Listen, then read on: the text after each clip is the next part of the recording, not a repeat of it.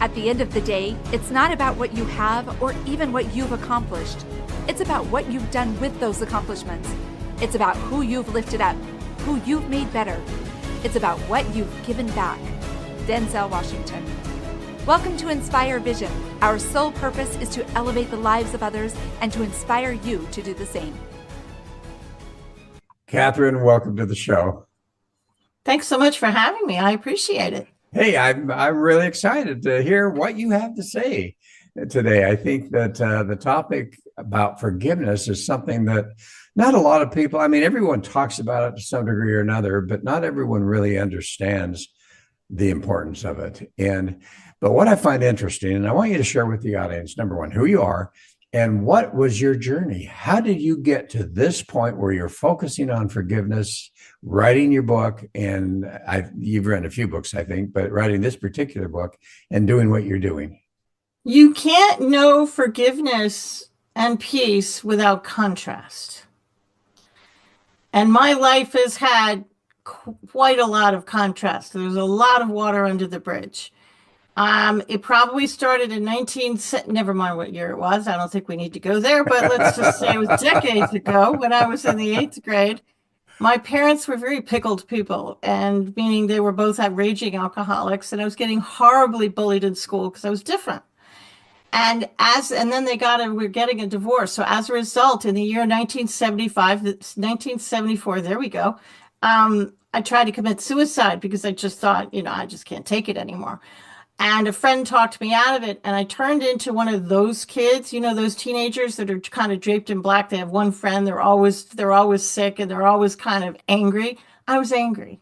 And I kind of just floated through life until my mother, when I was in my 20s, my mother fell down the stairs, broke her hip, and ended up in the hospital. And even my mother couldn't get a gin and tonic in the hospital. So she dried out, and we sent her to rehab. And I spent the next 3 years with my mother, and we were as close as sisters. We forgave each other. We traveled. We were inseparable. And then she died of breast cancer, a disease that I got many years later. I'm a breast cancer survivor. And I realized when she died that if I didn't change, I would die too. It was just so clear. So I've now been sober for 34 years, and I got my act together, got married, been married 33 years. Doesn't take much to figure that math out. Wow. And over the years, I'm one of the founders of the concierge industry and all these things, but I lost the anger because I really just started to forgive. But here's the deal. Everybody tells you to forgive. Your parents, your teachers, everybody. Nobody teaches you how. Oh, what if you don't want to? Then what do you do? So the system I created, and there's a secret sauce to the method, but it's a step-by-step method that teaches people exactly how to forgive. And once I started to forgive people, my entire life just opened up. Even before I knew the system, it started to open up. Well, and it's so interesting. You've used some words there that I think ring so true to me. The anger. Now, you didn't use frustration, but that's something else. And what have you found? Your own experience is so personal, but what have you found in general for people that are not able to forgive? How does that affect their lives? Let me show you a visual that'll explain the entire thing. For anybody listening, I'm about to hold an opaque coffee cup right in front of my face. So this coffee cup is my anger. It's my bitterness. It's my resentment.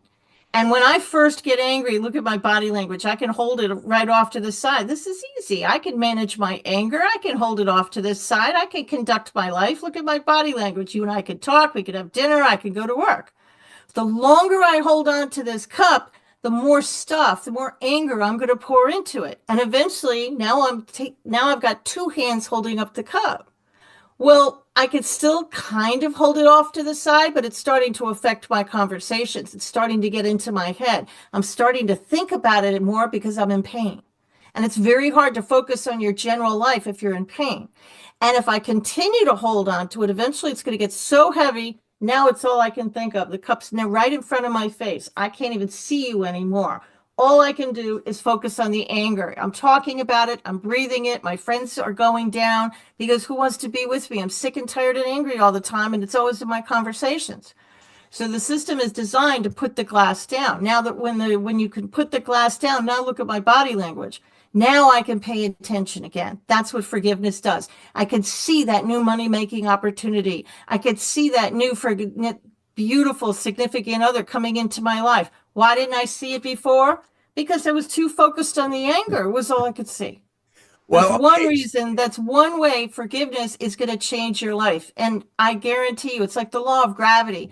The law of gravity will work whether you believe it in or not. And I have a bunch of science that we can talk about to back up everything I'm saying. But the law of forgiveness is the same. This stuff is serious science, and it's going to work whether you believe it in or not. All right. So we're just over an election. Yeah. And if you take the time to listen to the news, listen to some podcasts, all of that, read articles, there is so much anger that is going on. And why? What is the root cause, in your opinion, of all of this anger that's going on within the country? Why do individuals get so angry about these things? Our society is set up very weird because, my younger son is in the news media, and I often ask him, why is there so much negative news? Why? I asked him that once a couple of years ago, and he said, here's what we usually say in the newsroom. If it bleeds, it leads. People are kind of in love with the negative aspect of life. They're in love with being miserable. Now, why is that? Because as kids, this is just my humble opinion, by the way, as children, we are taught, at least my generation was, I'm 63. So back in the 70s, I was taught to ignore my negative feelings. Stop crying or I'll give you something to cry about, my mother used to say to me, right? Children should be seen and not heard. Oh, you're crying? Oh, you're upset? Well, just, deal with it. Negative emotions we were taught were not good emotions. And it's the thing about humans, when you're told not to do something, well, now I want to do it. So now I want to chase those negative emotions because you just told me they're bad. Okay, well, yeah, it's like telling a child you can't drink till you're 21. Okay, I'm 15. I want to drink now because now I can't. It's that kind of a thing. And we're in love with fear. It's a strange society. But the Well, forgiveness, I've said the system, we'll talk about the system. I'll even give you the step-by-step system, and that's fine with great. me. I appreciate that. But the thing that people are thinking about is when they see forgiveness, even in the title of this podcast, 10 out of 10 people have the same reaction. On a 10 scale, with 10 being unforgivable dumpster fire and 1 being the easiest person in the world to forgive, y'all are thinking of your number 10s, every single one of you. And that's why nobody wants to forgive, because you're thinking about the one human being in the world that completely wrecked your life. And that's fair. But in my world, you don't have to start. I don't want you to start with the number 10s. I want you to start with the ones. I want you to start with the easy ones and work your way up. And you don't even have to forgive your number 10s. I'm the only one in the world that will tell you that. Why? Because there's a lot of other people, places, and things you can forgive before you even get to that person. And I did say places and things. Just hang with me a little while. I'll explain why I said that. Okay, and you talk about the transformational power of forgiveness, and if just from a brief outlook, what are you talking about there? What happens to an individual's life when they actually learn? And I look forward for you teaching us all how to do this. But what happens transformationally for an individual when they really learn to forgive? What have you observed? I love this question. There's a study. Now you can Google this. It's right online. It's called the Japanese Water Study. A guy named, I know I'm not saying his name right, but it's Matsumoto something. I never can remember his name. But anyways, he took several containers of water, One container of water, all he did was speak love to. So he just talked to it and he said these beautiful words to it, told it he loved it. The other container of water, he spoke hate, horrible, awful words. Then he froze the water and he put it under a microscope. The water that he spoke love to had these beautiful formations, gorgeous snowflake-like formations. The water he spoke hate to had these black and brown malformations. And why am I telling you that? Because when people say anger is toxic, this is the how. Your body is over 95% water. So when your self-talk is bad, when you're thinking anger and you're following all the negativity and you're holding on to your anger, what do you think you're doing to the water cells in your body? Yeah, the same thing. And literally making yourself sick. So as you forgive, even with the easy ones, you're literally changing your body from the inside out. And if you combine that with some mental work, I'm a breast cancer survivor, and a lot of people, stage 3 breast cancer. And a lot of people have said, how did you do it? Well, it's a mindset. I purposely thought positively. Your mind is the most powerful tool that you have at your disposal. Absolutely, 100%. And it's amazing. And I think this is being proven now by science that the body, with mindset correct, meditation, whatever it takes, that the body can literally heal itself. It can. You're changing the water cells in your body from those black and brown malformations, and your body expels it to these beautiful crystal-like ones, and you're going to start to feel better. And even if you forgive the easy ones, like the person who just cut you off on the highway, or the person who stole your sandwich out of the work refrigerator, you can forgive these people. Come on. How about the kid in grammar school who cheated off your paper and they got an A? You can forgive that person. Come on now. Well, these are the easy ones, and that's going to start you on the path back to health. I laugh because, even yesterday, I'm in Thailand, and I get so frustrated sometimes because I don't speak Thai, and using Google Translate, sometimes it just makes a mess of communication. And just the other day, a fellow came to repair some things. He drove right in front of my driveway, so I couldn't get out. And I needed to go somewhere. And I'm going, like that. And it's like, okay, relax, and so breathe in, breathe out, relax type of thing. But what you're talking about is that even those kind of incidences, we need to learn to forgive rather than get upset, frustrated, or angry. Yeah, you can forgive anything. Now, the reason I say people, places, and things is let's start with what everybody's thinking about, because everybody's thinking about it. You're thinking about the unforgivable people. And, okay, Katharine, now we can forgive the easy ones, but how do you forgive the unforgivable ones? Okay. Well, the system is designed to start with the easy and move your way to the hard. But here's a few PSAs. Just because I forgive you doesn't mean I want a relationship with you. I probably don't. Forgiveness does not always mean repair. Forgiveness is selfish. I'm doing it for you, me, not for you.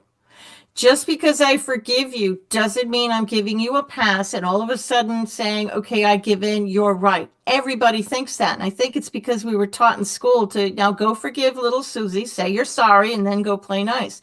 I think we connected some dots there that shouldn't have been connected, because when I forgive, it doesn't mean all of a sudden I'm giving in.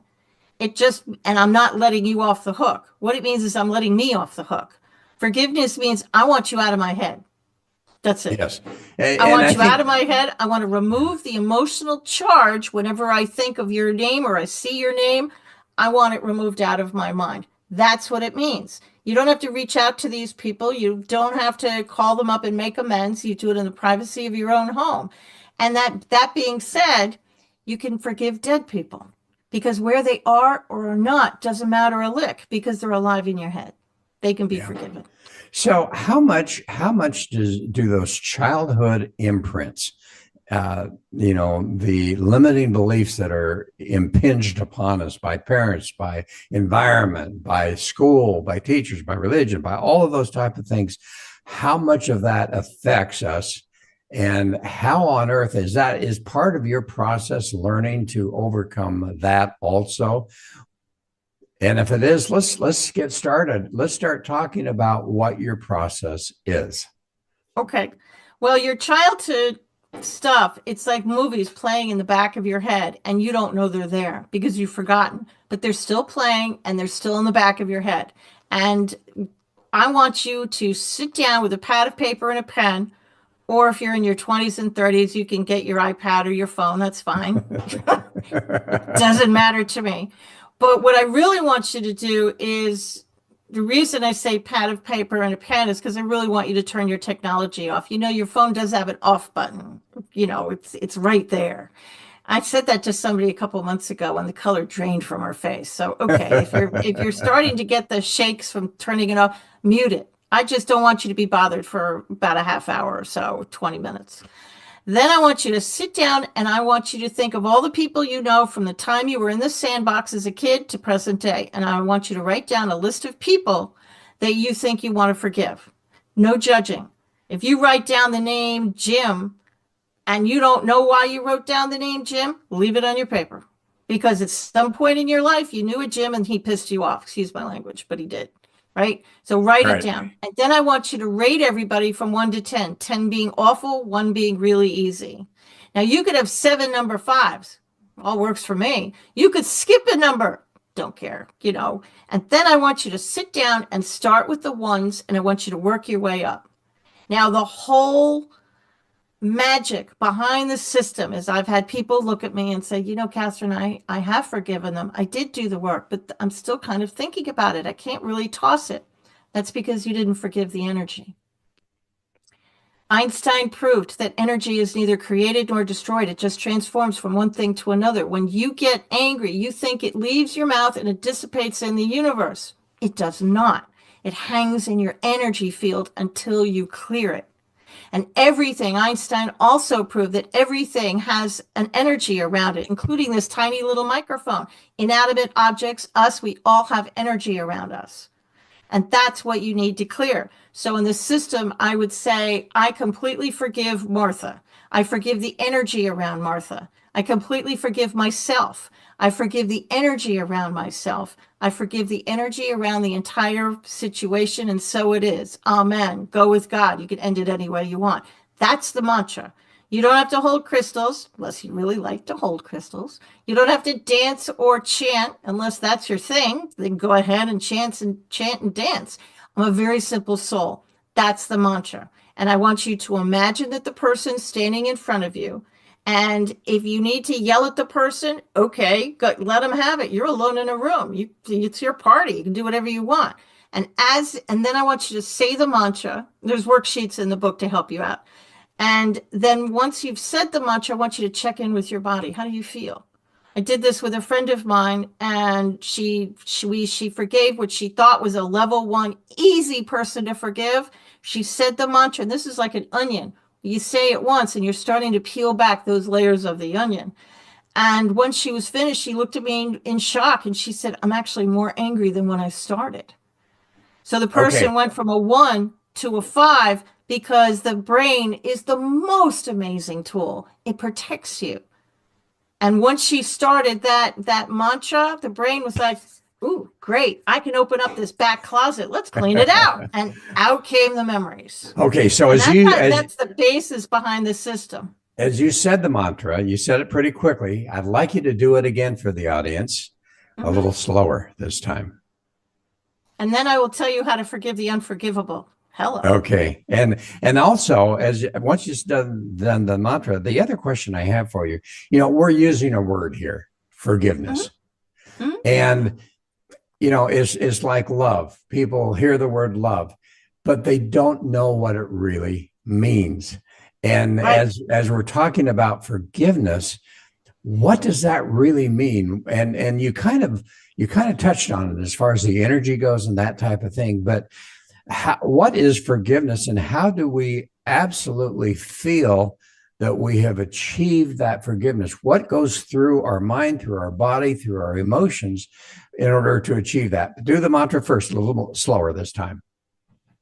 I'm just making up a name, Martha. I use Aunt Martha in my gigs all the time because I don't have an Aunt Martha, and it's a safe name. So I completely forgive Aunt Martha. I completely forgive the energy around Aunt Martha. I completely forgive myself. I forgive the energy around myself. I completely forgive the energy around our entire relationship or our entire situation. And so it is. Amen. Whatever, however you want to end it. I usually end it with and so it is. Okay. And then I want you to check in with your body. How do you feel? Are you still angry? Okay. Well, is it still a 1 or did it jump? Or if you're doing a level 5, is it now a 4? And or is it gone? If it's gone, cross the name off. Now, when it comes to the unforgivable, so many people can't forgive, and everybody has a different definition of what they think is unforgivable, and that's totally fair. And you don't have to forgive your unforgivable. There are things in this world that are unforgivable. 100%, we can all agree on that, which is why I say you don't have to forgive the unforgivable. So if you can't forgive the person, and a friend of mine couldn't even forgive the energy around her unforgivable number 10 person. That's how awful it was. So I want you to pick apart the memory. We'll use one of my own as an example. Let's use the bully from grammar school, which was mine. And I couldn't forgive that bully for a very long time. Well, listen, you're not going to get a 10 down to a 1 overnight. This is going to take a minute. It took me weeks to get her down to a forgivable level. But I couldn't forgive her. So I picked apart the memory. Now, remember, I said everything has energy around it, and energy is the key to this entire thing. So I forgave my childhood school. I forgave the energy around the school. I forgave the desk, the energy around the desk. I forgave the table, the chair. I forgave the park, the swing set. I forgave the kids who stood around and didn't help. I forgave myself. I picked apart the memory. And then eventually I was able to forgive her. So that's what I'm talking about. Forgive everything else in the memory. I forgave 1974. Why did I forgive 1974? Because that's the year I attempted suicide. And I picked apart the memory. I picked apart all the players in the memory, including my parents. But then it was kind of still bugging me. So I actually just went bigger and I finally forgave 1974. You could forgive anything. You could forgive politicians, dare I say. You could forgive the war in the Middle East. What's it going to do for the war in the Middle East? Absolutely nothing. But if it's making you angry and if it's alive in your head, you can forgive it and release yourself from that prison. Forgiveness is energy. That's what it is at the end of the day.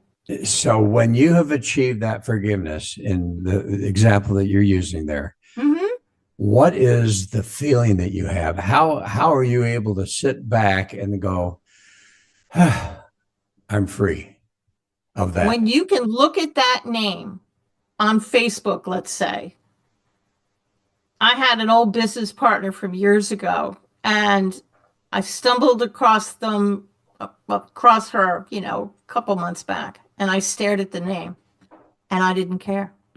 Usually that name would send me flying, and the memories would come back in. I stared at the name, and I thought, I don't care.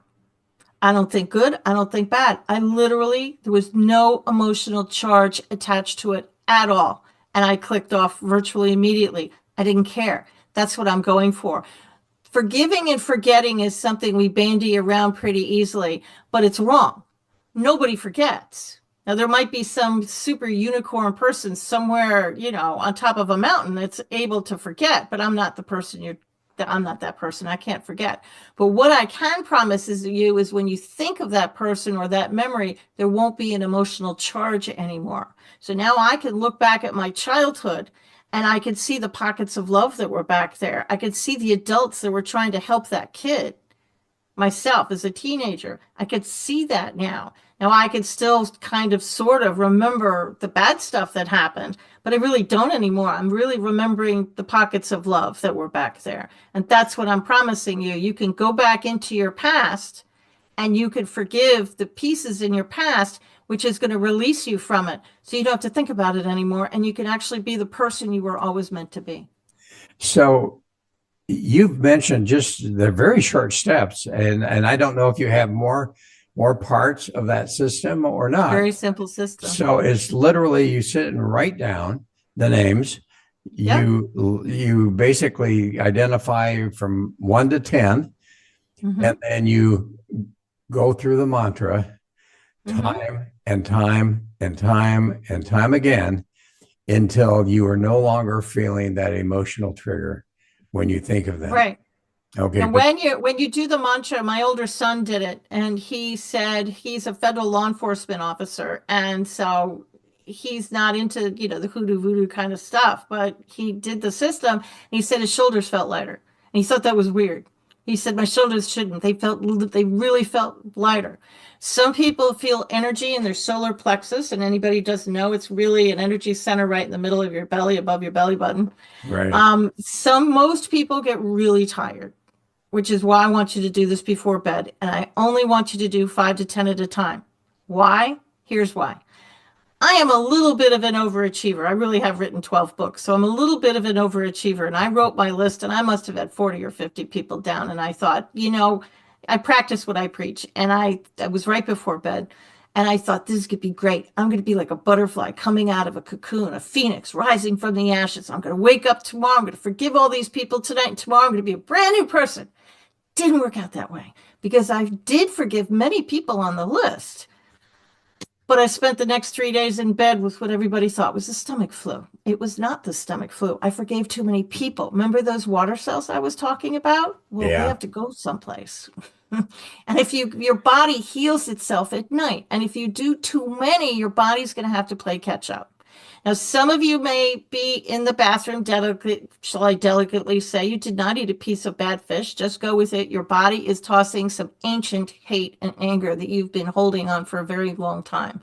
Most people just get very tired. Some people get really thirsty, but your body is going to catch up and you are going to feel better. People are going to notice that you look different. They're going to say, did you get a haircut, or did something happen to you? And you can tell them or not. This is a personal journey. You do it for you. So if you don't want to tell them what you did, you don't have to. But your life is going to change. So There's how certain many? things that will happen. Yeah, so how many would you suggest, number one, at a time? And then how often do you do this? Do you do this every night, or do you do this once or twice a week? And so number one, from what you're saying, I gather maybe 4 to 5 is all Yeah, that you about really 4 to 5. want Don't to do do it more that. than 10. I can Okay. do 12, but I've been doing this a very, very long time, and my body is kind of used to the abuse. But I would only do a few at a time, and I do it absolutely every night. You do it 100% I do. every night, I do really? it every night before I go to bed. And you know, you're not the higher numbers, anywhere from 7 and above, those people, it's going to take a minute. It's going to take a minute for you to get those people down. And the higher numbers, the eights, nines, and tens, all you may be able to do is pick apart the memory. If it's like a Christmas holiday and Aunt Martha, you're always sitting next to Aunt Martha, and she's horrible. She drinks, she probably smells, and she always loves to push your buttons, and she makes you so mad every year. And it takes you a week to decompress after meeting the lady, and she loves it. So what do? Well, if you can't forgive Aunt Martha, I want you a couple weeks before you go, and before you go to the party, I want you to pick apart the memory. Pick the Christmas that was the most awful and pick it apart. Forgive the table. I'm actually not kidding. The energy around the table. Forgive the chair you were sitting in and the chair she was sitting in and the energy around the chair. I'm serious. Forgive the other people at the table that may or may not have helped you and the energy around them. And then forgive the energy around Aunt Martha. If you can't forgive Aunt Martha, then pick another memory and do that. And do this every night for a few weeks. So by the time you get to the party, you won't care if you're sitting next to her. In fact, you'll probably be entertained by it. You're probably going to laugh Well, because you're not going to be mad anymore. and and that's so interesting. And you said something else that I found really fascinating, because as you were talking about being bullied, and then as you got into your teenage years a little bit later, looking back on that, all of a sudden you're talking a little bit about gratitude. You're talking about a little bit of love. You're talking Yep. about a bit of appreciation. Share with you, is that a process that happens naturally, or is that also something that we can do actively and consciously in order to even enhance that forgiveness and our own personal well-being, even at a higher level? When I first started forgiving, I also practiced gratitude, a little exercise that I did every single solitary night along with forgiveness. And what I did is I sat down and along with my list of people I needed to forgive, I would write down the 3 things I was most grateful for that day. It could have just been a hot cup of coffee. Some nights that's all I was able to do. And that started changing my brain from looking at negativity and seeing the news and CNN and all these horrible things to looking at the world through a lens of love instead. It allowed me to be grateful for what I had and not mourn what I didn't. And the forgiveness energy also kind of permeated that. So the two is a very powerful combination. The forgiveness energy is a real powerful thing. Let me tell you a little story, and it's 100% true. And yes, it's going to stretch some people's brains out. I promise it won't hurt too badly. Okay, at least I hope it go won't. for it. Little brain stretching here. I sat down and I forgave a level 1 person in my life from my childhood from grammar school. We were best friends and I couldn't even remember what the falling out was over. I really couldn't. So I thought this is an easy person to forgive because I don't even remember. And I hadn't talked to this person in decades. So I sat down, I did my mantra, forgave her. And if you can't imagine the person in front of you, just put a chair in front of you with their name on it and just talk to the chair. Some people can't imagine it in their eyes, so just talk to the chair. And I imagined her as she was when I knew her, not as an adult. I want you to think of the person as they looked the last time you saw them. And I forgave her. And I said my mantra. And I forgave myself, because forgiving yourself is important. And then I forgot about it. 2 hours later, she calls me up on the phone. Now, I'm a concierge trainer by trade. I'm retired now, but that's what I used to do. So my concierge training kicked in virtually immediately, and I masked my shock because my jaw dropped to the floor. So we said all the right things, all the right words, made all the right noises that people do when they're making up with each other, and we reminisced as, you know, as one is meant to do. But I couldn't stand it, and I said, you know, I'm a curious little bear. I have to know. Why, after all these years, did you decide to call me today? She said, you know, it's the darndest thing. 2 hours ago, which was exactly when I was saying the mantra, a figurine you gave me in school flew off my shelf, landed in the middle of the floor. I saw it and I thought maybe I should give you a call. Wow. We were 700 miles away. So if this forgiveness energy has the power to move a figurine to the middle of the floor, 700 miles away, and it has the power to change the water molecules in your body, what do you think it's going to do to your life? Well, Now, when you practice this, some things are going to happen, and it's just going to happen. Some people will be attracted to you, meaning like energy attracts like energy. So new friends might come into your life. On the other side of the coin, there are people who will leave. You will find some jackrabbits because they don't like your energy anymore. You're going to be what we call vibrating differently, which means your energy field is going to change. That's all that means. And so they're going to be repelled by it. So they're going to leave. I've had some jackrabbits. I've never seen them again. And we were really close friends and they've just disappeared. Then you've got people who are going to ride with you. Maybe you live with them and they're like, I like what he's doing. I'm going to ride along. I'm going to take the train with you. But then you're going to have the people who sabotage you because their friend is gone. The friend they've been living with, the friend they've known all of a sudden. Now, all of a sudden, you're changing. So if they don't decide to change with you, they're going to try and sabotage it. So just stay the course, to be honest. Stay the course and know you're doing the right thing. Because as you feel better, your world is going to open up, completely open up. And amazing things are going to happen. Well, and we're talking about the health benefits, but we're also... And you're focusing a lot on the emotional, the mindset, the whole inner peace sense of the beingness. And ultimately, what is that? How do you describe that to someone who's trying to figure out how to do this? That here's something that they can ultimately achieve, not only just health, but here's the beingness, what I call the beingness of who they can become.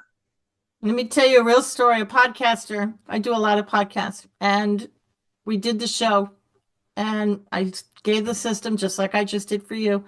And she worked the mantra. She bought my book, the ebook, so she could have it immediately. She worked the mantra that night. The next day, she was at a networking function, and the wealthiest guy in the town came up to her and said, I like what you're doing, and I want to offer my facility to you free of charge. Okay. The universe, when you hit the right button, the universe doesn't delay. Now, some men will look at me, not you, but some men have been known to look at me and say, my anger is how I made all this money. It's how I get out of bed every night. It's the gasoline to my car. Okay, let's talk about that. Sure. You've got 2 elevators. One is an express elevator all the way to the 75th floor. The other elevator could have been an express, but some punk kid went in and pushed every single solitary button between 1 and 74. So you get into that local elevator and you have to stop at every single floor. New people come on, people go off. You're going to be bloodied. You're going to be so irritated. By the time you get to the top floor, you're going to be a different person, and not in a good way.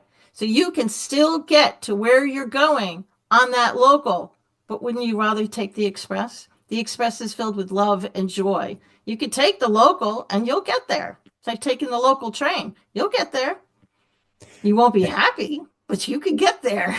And when you're doing it the way that you're talking about, life happens in a much different positive way. You just attract also, and it's not always about money.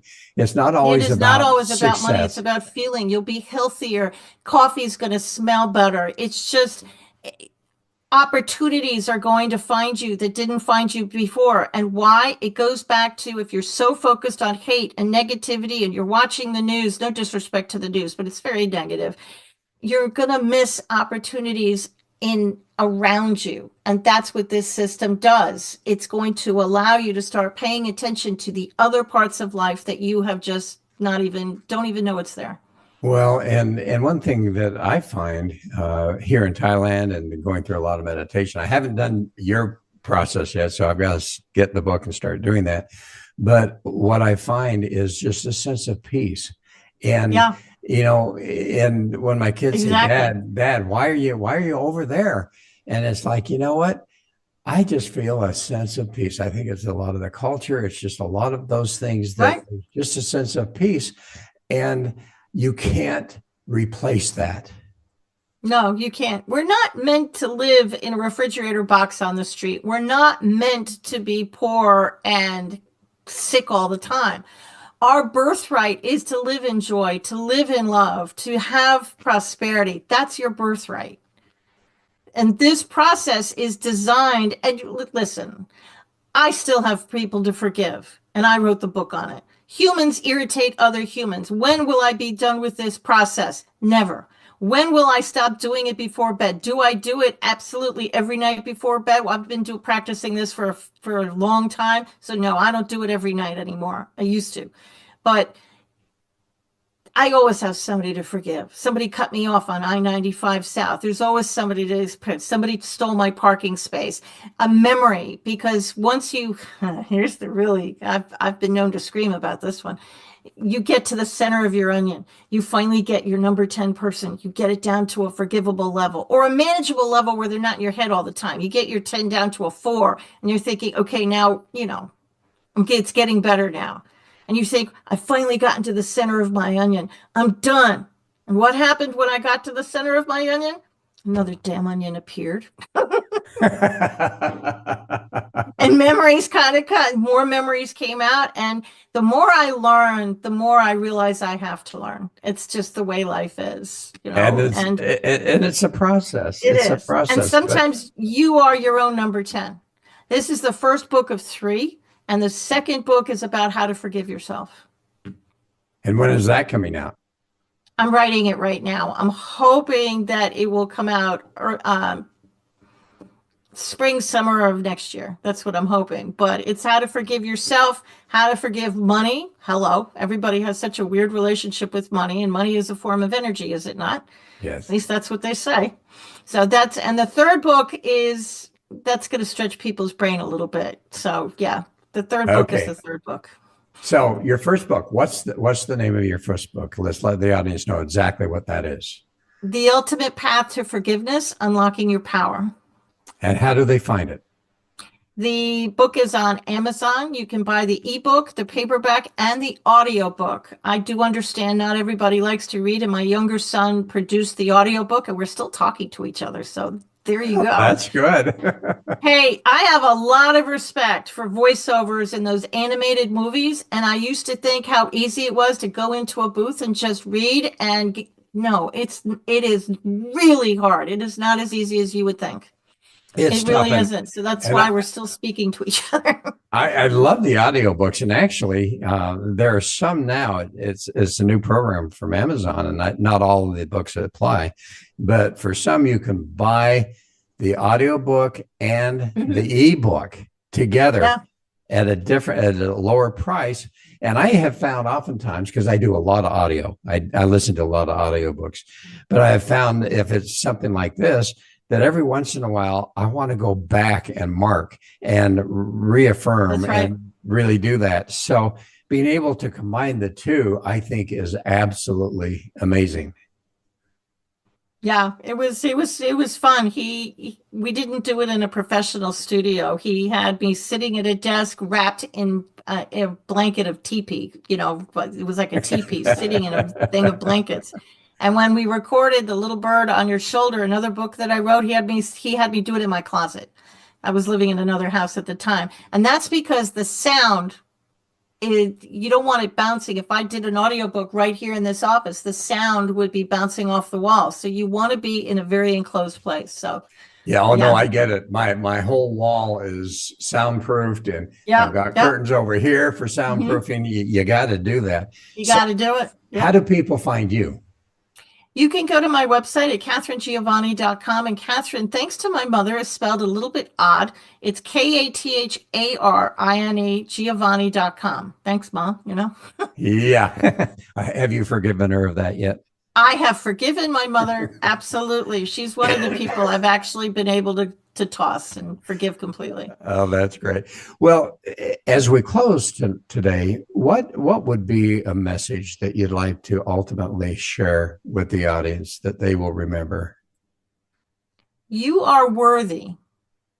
You are worthy enough to live a life of joy and happiness. It is your birthright. You are worthy enough to have that house and that relationship and that dream job. You are worthy. And you can do this. This is a path to out of where you are. It's a path away from that brick wall you've hit. You are worthy. 3 words that I'd just like to leave people with. Lovely, lovely. Well, Katharine, thank you so much. This has been really fascinating. I think we could go on and on and on. There's so many questions I have, but I really appreciate you being on the show. Thanks so much for having me. It was fun. Yeah, I love it. And folks, thanks for listening. I hope you enjoyed it. And please go to the website, get that book. This is a fascinating approach that can make a difference in all of our lives as we follow it. So this is Dr. Doug saying namaste.